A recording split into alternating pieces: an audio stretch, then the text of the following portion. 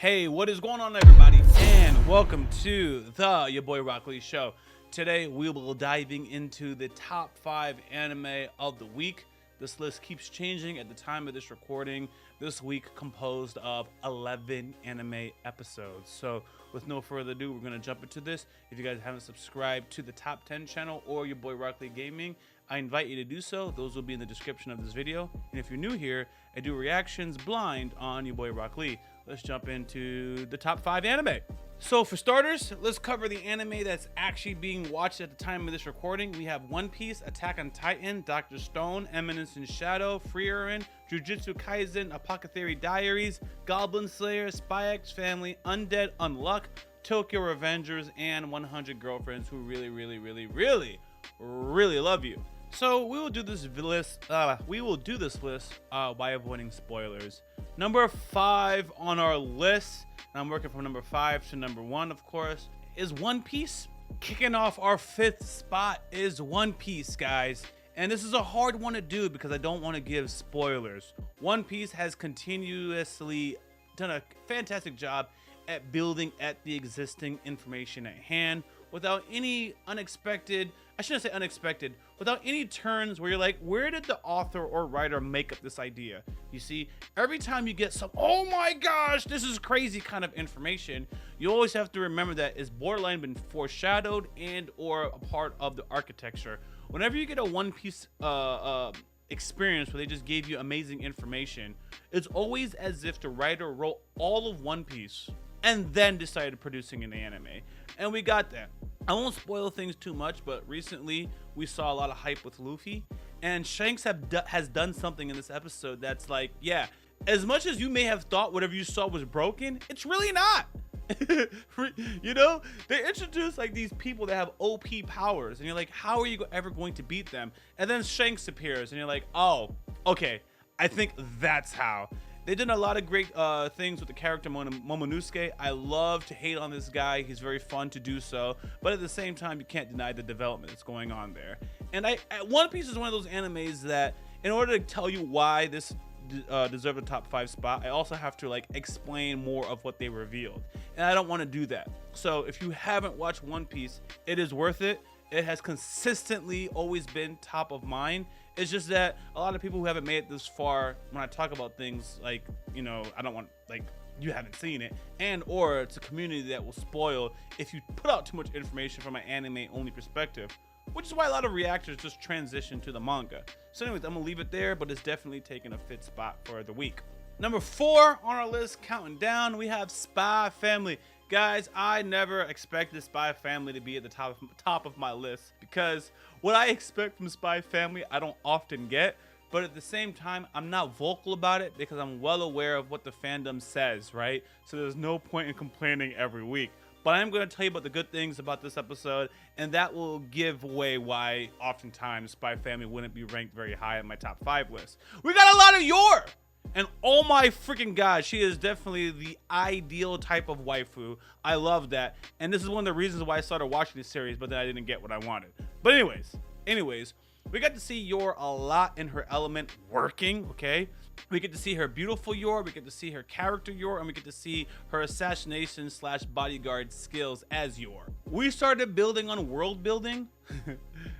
We started getting more world building where we are encountering characters who just might pose a threat to Yor, and or we have more information on understanding the workings of Yor, more people like Yor, knowing what organization Yor is part. A lot of times we're focused on the Lloyd missions, but right now we're focusing on the Yor missions, and I gotta tell you, I am way more excited about the Yor missions because I'm not gonna sugarcoat it. She is the reason why I wanted to give this franchise a chance. Anya is funny, Lloyd is very relatable, but at the same time, god dang it, Yor is a waifu that's capable, and I just want to see more of her, and we're getting a lot of that this particular arc. So I'm very excited, and that episode earned a 4th spot. I highly recommend, if you guys didn't give Spy Family a chance or stopped watching Spy Family, continue, because it has been worth it so far. Next on our list, we have Undead Unluck. And by the way, if you want me to give a deeper explanation on any particular series, for people that watch it, ask me to do so, and I will.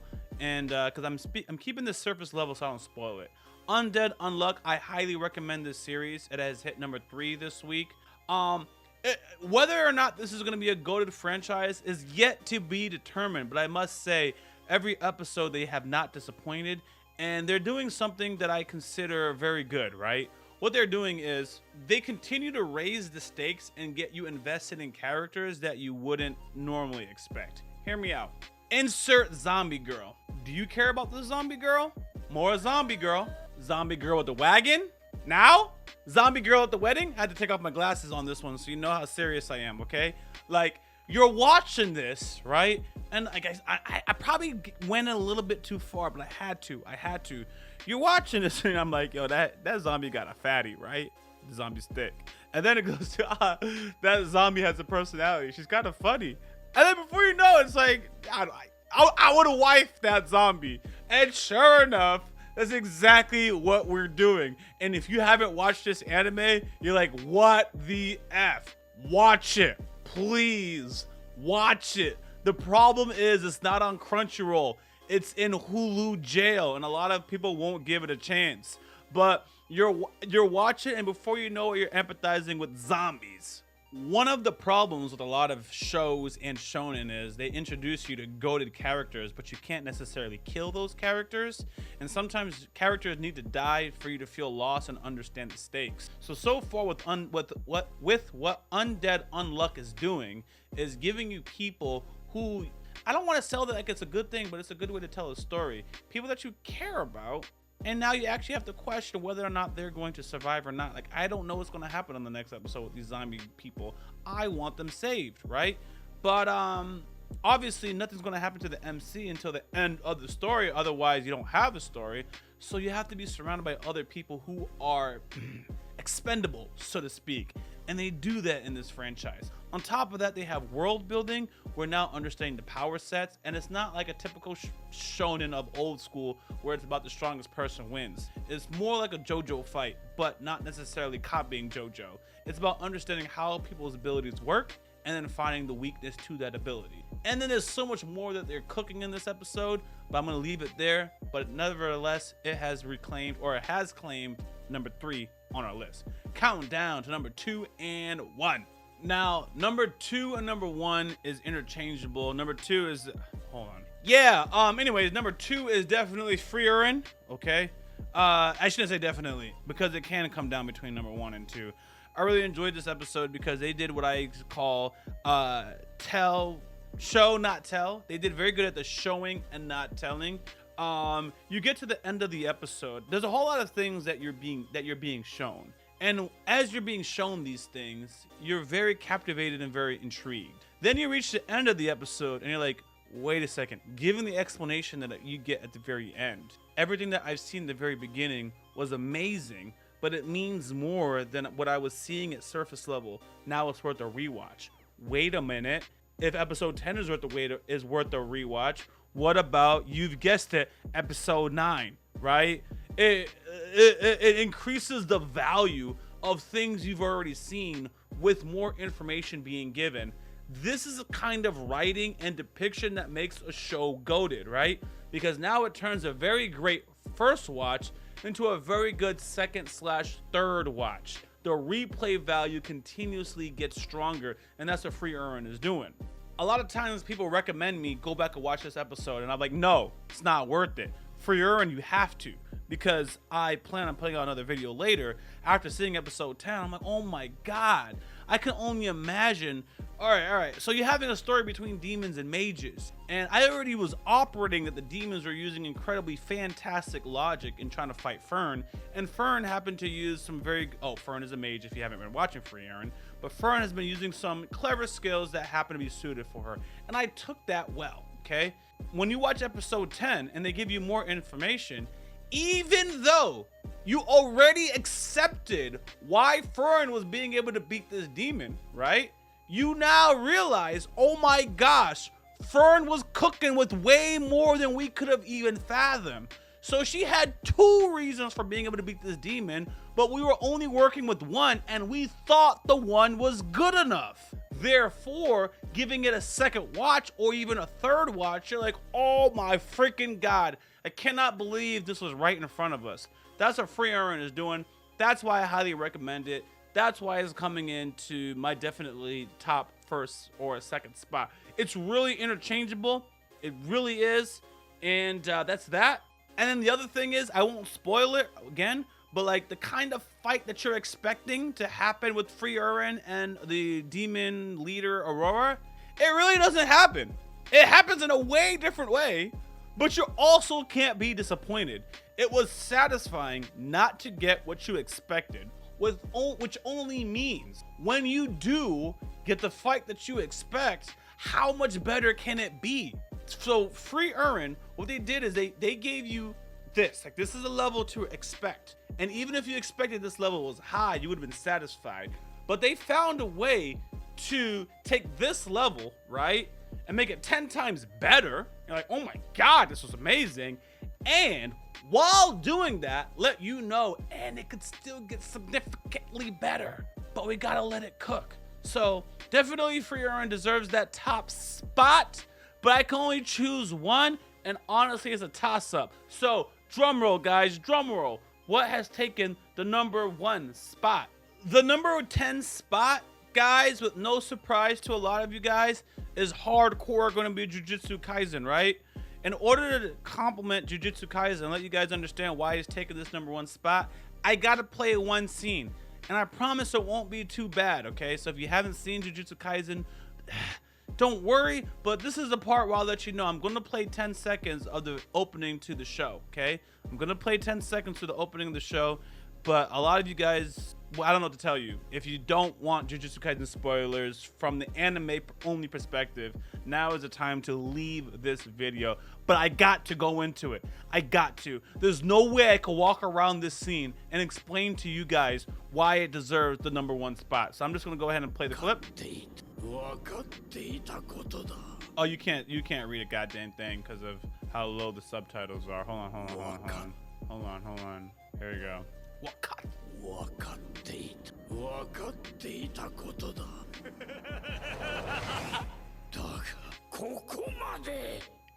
Love it!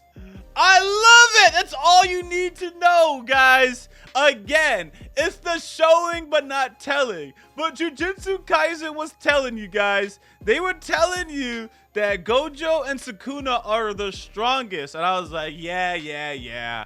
They say that about a lot of people, but guess what? They sure as hell don't back it up, right? So, without going into too deep, the show has been telling you that Sukuna was very strong and Gojo was very strong. I spent the entire season 1 like knowing that, but like, okay, no one could beat Gojo. Got it.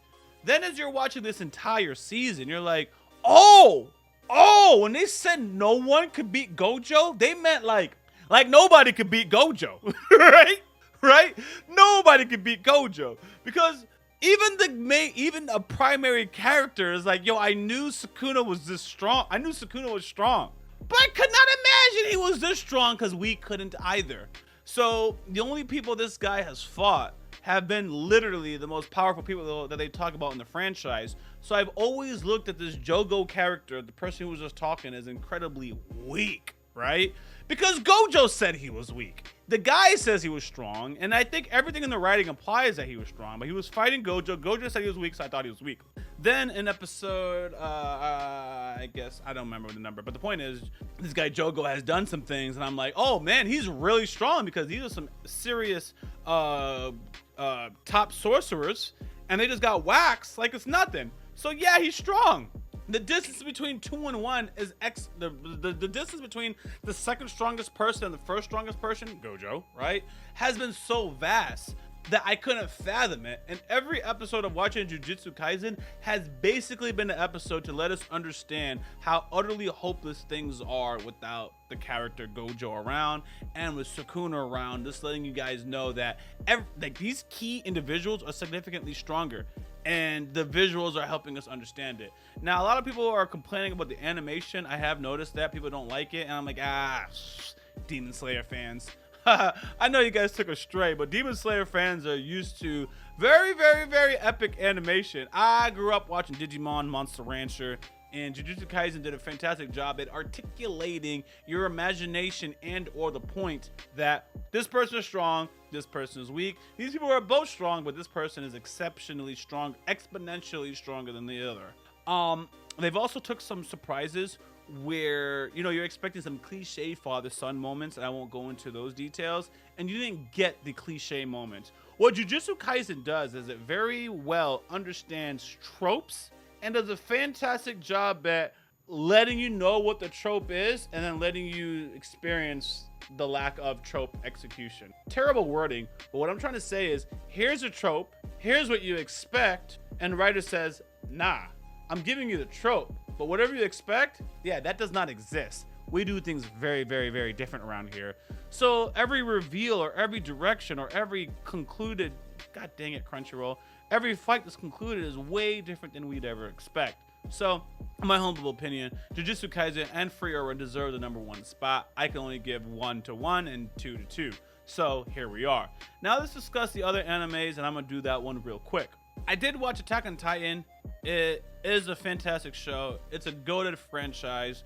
The reason why it didn't hit #5, part of it's unfair, and I'm gonna let you guys know. At this point of the video, I'm gonna be speaking with my feelings and my emotions. And if you just don't like authenticity, this is not gonna be the place for you. I love Attack on Titan.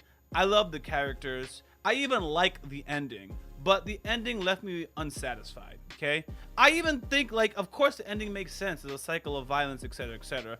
But at the same time, you don't get an ending. Like, all right. So here's the deal. I was 100% on board with Eren. Why? By the way, I'm just gonna explain stuff. I'm just gonna talk. If you haven't seen Attack on Titan, you can't listen. I was 100% on board with Eren wiping out everybody and having the conviction of it. He wanted to protect his people, so he was going to wipe out everyone. But what they depicted is inside Eren's head, he himself is in regret, doesn't know, he still did it anyways. It's y'all problem, off of my head. And it's like, yo, what? Yo, Eren really left everybody with the bag, including me as a viewer. And, you know, they had a part in the story where the viewers are even, like myself, are defending Eren. My boy Flock is fighting what's for his life, really going down for Eren's cause. And to see that at the end, or at the time-space continuum that he operates at, he doesn't have the conviction. He doesn't have the conviction himself. He's incredibly lost. The Eren Yeager that you guys heard talk to all the Eldians and said, I am Eren Yeager, and I am going to wipe out everybody. That's the Eren Yeager. I'm like, yes! Yes! They all gotta go because the cycle of violence will never end. Wipe out all the enemies of the Eldians. Yes! But he was more like the Mandalorian. Nope, not the Mandarin from the MCU franchise, where you see this menacing thing on TV, but behind the scenes is not what you're seeing. Probably represents politics for a lot of people. And it's like, was I supporting this little crying, you know, bitch character? Or was I supporting the dog that wanted to wipe out everybody's for his people? Who was I rooting for? I don't even know. So from an emotional point, you know, Mikasa, she ain't have a happy ending as far as I see it. Everyone is just kind of up in the air. They got to be heroes filling for Eren's dreams. Eren, I just feel like Eren left his people with a lot of problems and then dipped, and the world was doomed to repeat those problems. Now, I understand that from a realistic point, that is the cycle of violence and war. So I understand what the author was trying to do. And sometimes I can see what you're trying to do and be like, oh, I see what you're trying to do. That's very good. I feel unfulfilled though. So what would I had wanted, if you're asking me what I would have wanted? Eren to have his absolute conviction. Go down knowing / thinking that this was the right course of action. Someone like Armin telling him, Eren, if you had only talked to me, if you only had confided in me, I would have made this better. And the point is, Eren just didn't. And now Armin has to take over and make this better. But the story showed that Eren was talking to Armin, and the two of them had no better idea. So that it was just kind of like, whatever, man. But I can't call it bad. So and I don't push out negativity. So I'm not gonna sit there and harp on it. Like I said, I think it was a good ending, but emotionally unfulfilled, and I wouldn't want to like rewatch it again, because it's like when you watch it, you already know how it's gonna end. It ended bad. Eren didn't know how to fix it. right? So like, what's the point in watching it? He doesn't even believe what he was doing was the right thing to do. So blah. If you're an Aaron Faller, blah. That's what you're left with. Blah. A lot of blahs. Now, I know a lot of people have compared it to Code Geass. And at least when that happened, you're like, oh, nah, this was like, there was no, oh, was this the right thing to do? That was 100% the right thing to do. You had the fulfillment and you're like, yeah. But it was just the emotional fulfillment was not there. There's a lot of characters who you're highly invested in and you just didn't really get, and I don't want to call it a happy ending, it's a fulfilled ending. And there's a difference. I didn't get fulfillment on the ending, but I did get an ending that I'm like, oh, that makes. And I went a lot on Attack on Titan, so I don't know what that's going to say about me. I still maintain, I think it ended well, just could have ended better. That's my humble opinion. And that's after the shock value is over, I let it marinate, and I formed a conclusion for myself. Attack on Titan is also a hard one because everyone is forcing their opinion down your throat, and you really just have to step back and think about it yourself, and that's where I'm at. Great franchise. I'd always recommend it, but the ending just left me blah. But again, I don't think it's bad. Just blah, you know? Anyways, if you watch my initial reaction, there was a lot of satisfaction. There was a lot of people with, there was people with me. I had a great time watching it. It's when you reminisce about it and you're like, whose side was I on? And you just kind of feel let down by the character, not even by the writer. It's really, I'm mad at the characters for not being convicted. If you want to wipe out all of humanity, do it and be convicted about it. It's guys, it's a big deal. Now, if you guys want to get at me and say wiping out humanity, genocide, all that stuff is bad, all that stuff, I'm like, it's absolutely bad. That's why I say, if you're going to do it, you got to be convicted. You can't wipe out all of humanity or 80% of humanity. And by the time you do, you're like, oh my gosh, what did I do? I think I made a mistake. No! Then don't do it at all. It's all or nothing, man. In between the wishy-washy. Someone might say I missed something. That's fine. Go ahead and comment to me. But that's where I'm at. Like I said, I'm not spreading evil into the world. Now we're moving on to some other things that didn't get included. Eminence In Shadow, I actually have nothing to say. Eminence In Shadow just did fine. It just happened not to make it into the top 5 list. It did exactly what the formula is. I was a little upset with the characters because it was like the things that they were doing with Alpha. For those who watch it, I just didn't enjoy it. I didn't take pleasure in it. The episode was fine. It was funny. The writing was fine. It just didn't make it in the top 5. And it's not even that deep, so I don't have anything else to say about it. Apocetheary Diaries, that is fantastic. It could have easily made it into the 6th spot, and it can easily be in the top 5 spot next week. I highly recommend this series. One of the things is, it's just one of those shows where you don't know what you're going to expect. Every episode is different, and you just have a likable main character. A lot of times, I shouldn't say a lot of times, but you know, these days when you're watching shows with a female lead, you don't know if you can relate to her or if they're going to insert some female agenda. Oh my God. And what girls are going through, and we have to feel so bad for them. I already sympathize with girls and I 100% support their plight. So sometimes when I get reminded of it, it's like, I already know, man. I already know. But whatever.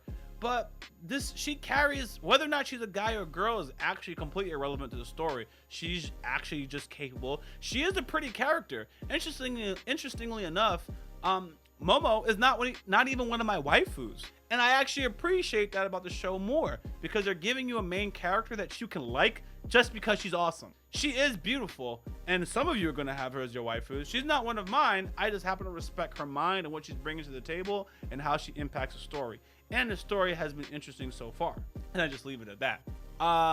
We have 2 more or 3 more. We got Goblin Slayer. I don't have too much to say about Goblin Slayer. It's a fantastic story. I am enjoying this season. I'm enjoying that beach biddy episode that we had on episode 6 of season 2.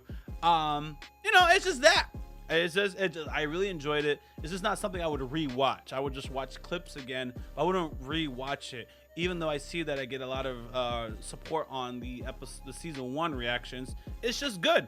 It's just a good show, and that's all I have to say about it.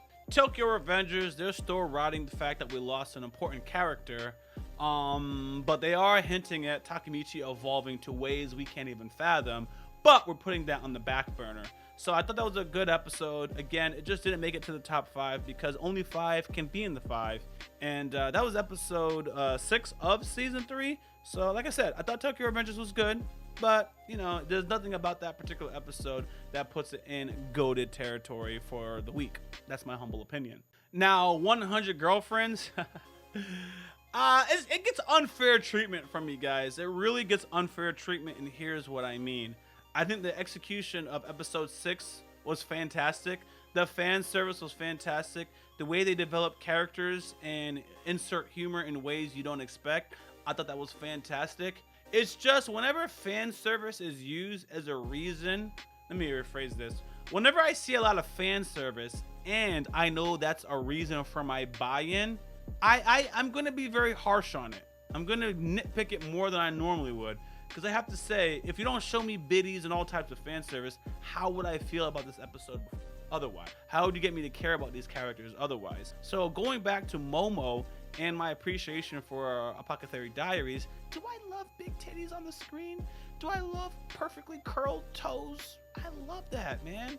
But at the same time, it's so easy to get my attention that way. It's so easy. So I just have a high level of appreciation when you can get my attention without the big bitties and the toes on my face. Because it's just too easy. It's just too easy. And anyone could draw some nice toes of big bitties, especially in anime. It's a shallow thing. And I'm not calling the show remotely shallow. But I will give it a goated category when they sell a scene and I didn't see fan service as a reason for me liking it. And it's actually just unfair because I thought the episode was fantastic. I had a lot of great laughs. Fan service, I just give a harsh discount. It's almost like cheating. It's almost like dope. Yes. Extreme fan service is like steroids. That's how I treat it. So Neil Armstrong, fantastic. He was taking steroids. Up, never mind. Who was it? Mark McGuire? Mark McGuire. Oh, a lot of home runs taking steroids. Up, never mind. When I see steroids, I just give it a little bit of a different take when I'm trying to recommend things in the go-to categories. Because here it is. And we're ending this video on this. When I do this top 5, a lot of it is like, I want to recommend it to like anybody. What guy, girl, whether you're horny or not horny, and you saw this story and you're like, yeah, I am into that. And if you look at my top 5, Jujutsu Kaisen, Frieren, Undead Unluck, Spy X Family, One Piece, right? I can safely suggest that to anybody based on this particular week. So Jujutsu Kaisen Season 2, Episode 16, Frieren, Episode 10, Undead Unluck, Episode 6, Spy Family, Season 2, Episode 6, One Piece, 1084. I can safely recommend this, and it doesn't matter if you're into biddies or not. Like, the story that they depicted was amazing. So that's all it is. A lot of people are not gonna like that, but it just is what it is. I freaking love fan service, guys. Like, I love that. I love that. But it's too easy for me. That being said, the way they deploy fan service is creative and it should get points. Because a lot of people use wasteful fan service. They just throw a biddy out there and that's supposed to sell the scene. At least we could say with the 100 Girlfriends that really love you, they do things in a unique way and it's not lazy use of fan service where they just throw a biddy on there. Like the biddy actually adds to plot. They have a thick shape, they have an athletic shape. They both have biddies, and even as a regular guy, you have to weigh that I want the athletic girls with big biddies or I want the thick girl with big biddies, but she has the perfect shape. Like even the things that you consider or do a comparison with 100 Girlfriends is doing. Like I said, I'm being totally unfair to the show. I need everyone to understand that, and I can't put it in better words than this.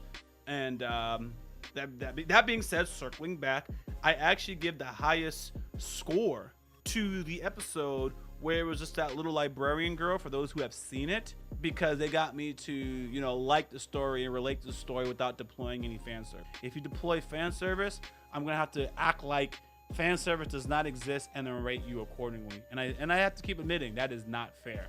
I talked a lot. This is like a 20-minute video. I cannot imagine who is going to be making it to the end of this video. I cannot imagine. You poor soul. Don't listen to this. Find something better to do with your life. I'm not even selling this video. I think I'm going to be talking for 25 minutes straight, and that's a crime.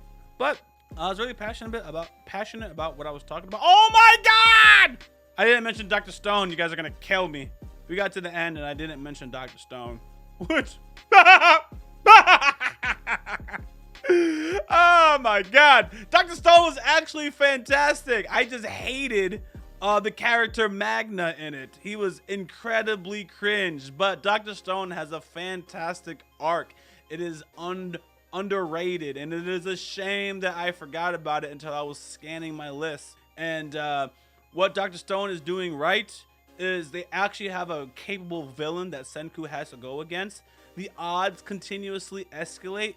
The characters are enjoyable. The characters are fun. I was very frustrated on the recent Dr. Stone episode, which was S3 episode 16, but I was frustrated for the right reasons. This is very good usage of characters, and I'm not gonna lie to you, Dr. Stone easily could have been in top 5 category. It just could have. It just happened to not be.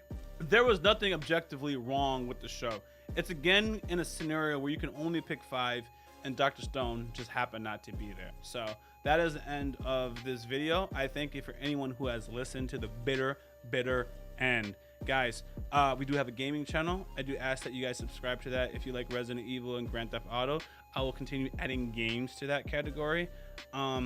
Also, we have the top 10 channel where I post some top 10 videos of various categories. That is a work in progress, going through growing pains with editors, information, artists, my art, my voice addition, and utilizing my voice in AI, but giving you accurate information. Some people get iffy about AI. I embrace AI, but I want it to be me and as authentic as possible. So anyways, that's my video. Thanks for listening. This is more like a podcast. Play this in your car. I'm out this mug. And you know I couldn't stop with one channel. Be sure to check out the YaBoyRocklee subsidiary channels in the description of this video. Much love, guys.